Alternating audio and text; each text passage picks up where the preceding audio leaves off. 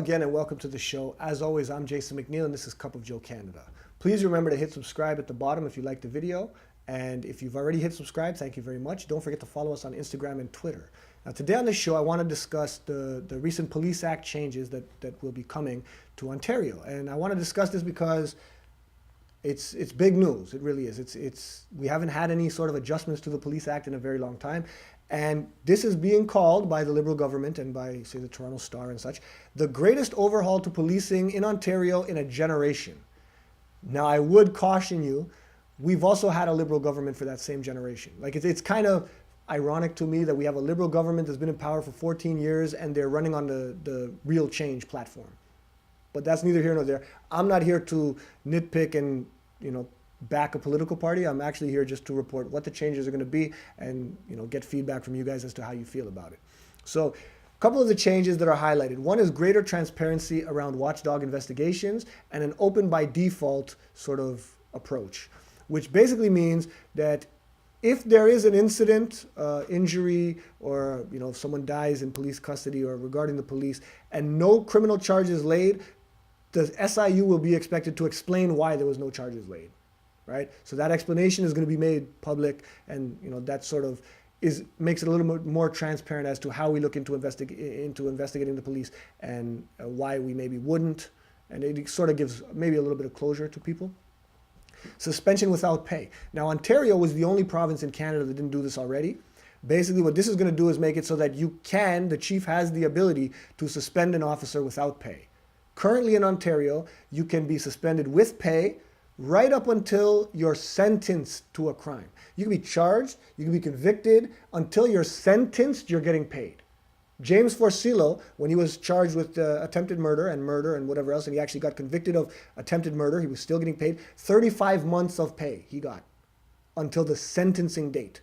That's when it became suspension without pay. So they're going to change those rules. Now, there has been some question as to sort of the restrictions around that rule and exactly what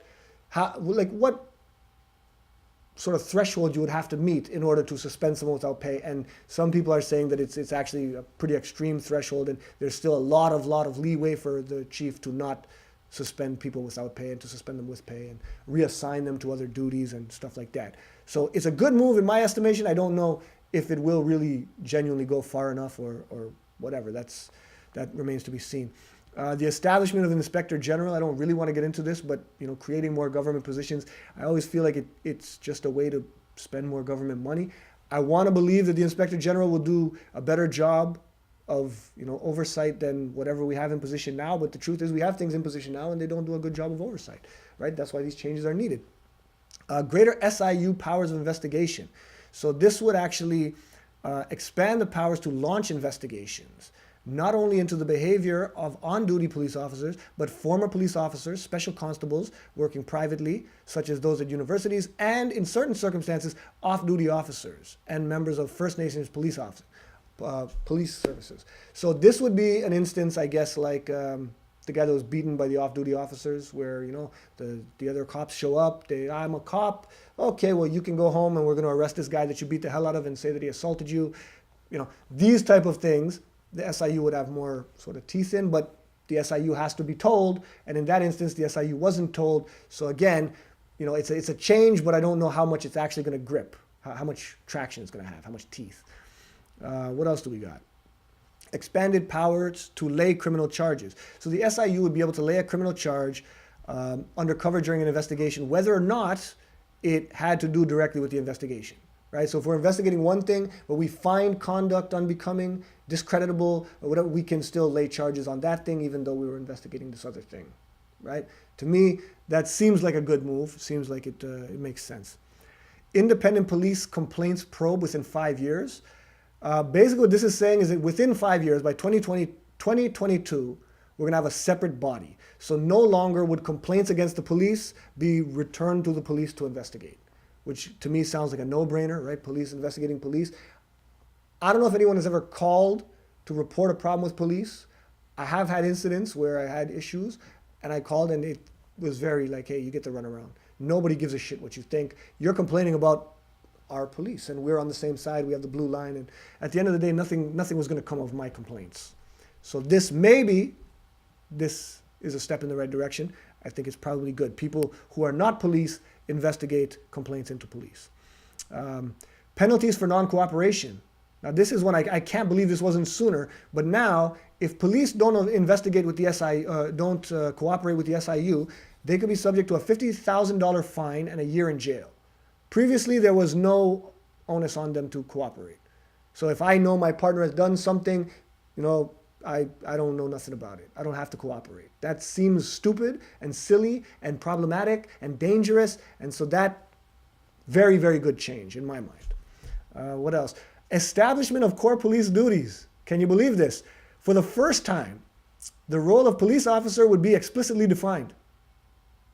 Okay, I'm going to let that marinate for a minute. For the first time, the role of police officer will be explicitly defined. How we've had police for as long as we've had them and we haven't explicitly defined their role, I don't know.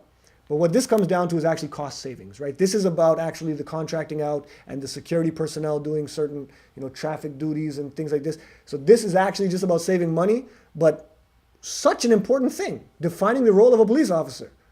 How was this not on the agenda 15 years ago, 20 years ago?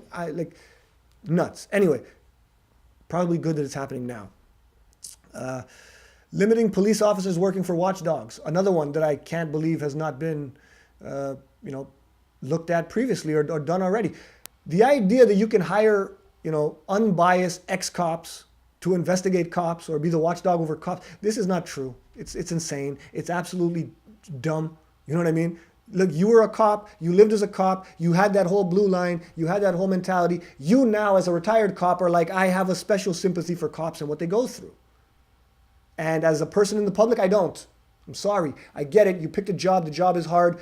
Yeah. Tough noogies, right? So it'll limit the amount of police officers that can do that, because I think, a retired police officer, why not, go onto one of these boards and do these type of things? It seems, like it would be a natural progression, but at the end of the day, I feel like you have a bias that other people don't have. Changes to coroners' inquests. Any deaths should be looked at. Previously or currently, it's actually to the coroner's discretion. If someone dies by use of force in police custody or whatever, the coroner will decide whether or not that needs to be investigated. And that, again, sounds pretty stupid, because the coroner is just looking at the body and looking at the trauma and looking at how the cause of death. The coroner doesn't investigate what happened completely and the whole situation and prior to and all of it. So they shouldn't be the ones who decide, yeah, we should look into this or not. So that will change. Every death should be investigated. It shouldn't be up to the person that is doing the autopsy. Mandatory anti-racism training. I'll be honest, this sounds a bit like a progressive policy to appease certain people, because the truth is, I think there is an amount of anti-racism training they probably need, because everyone's racist. Everyone has their views of different people and different cultures and different races and whatever else. But I don't want the police treating people differently. That's the racist part, right? They treat black people differently than they treat white people. Now, what I'm concerned about is that this is going to tell them to continue treating black people and white people differently, just in a different way, right? Look at what does it say? Including the rights and cultures of First Nations, Inuit, and Métis people. I kind of get that, but I don't really get that, because you should have the same rights as me, and your culture is, largely irrelevant in terms of the Canadian Criminal Code. However, we also have the idea of native police having their own policing procedures. So again, I feel like all of that I feel like it's not something that's effective. It's just something that's thrown in there to get over the progressive votes. I don't think it's actually going to handle racism. It may even actually promote racism in the long run, but that's just how I look at this issue. And the last thing is separate legislation.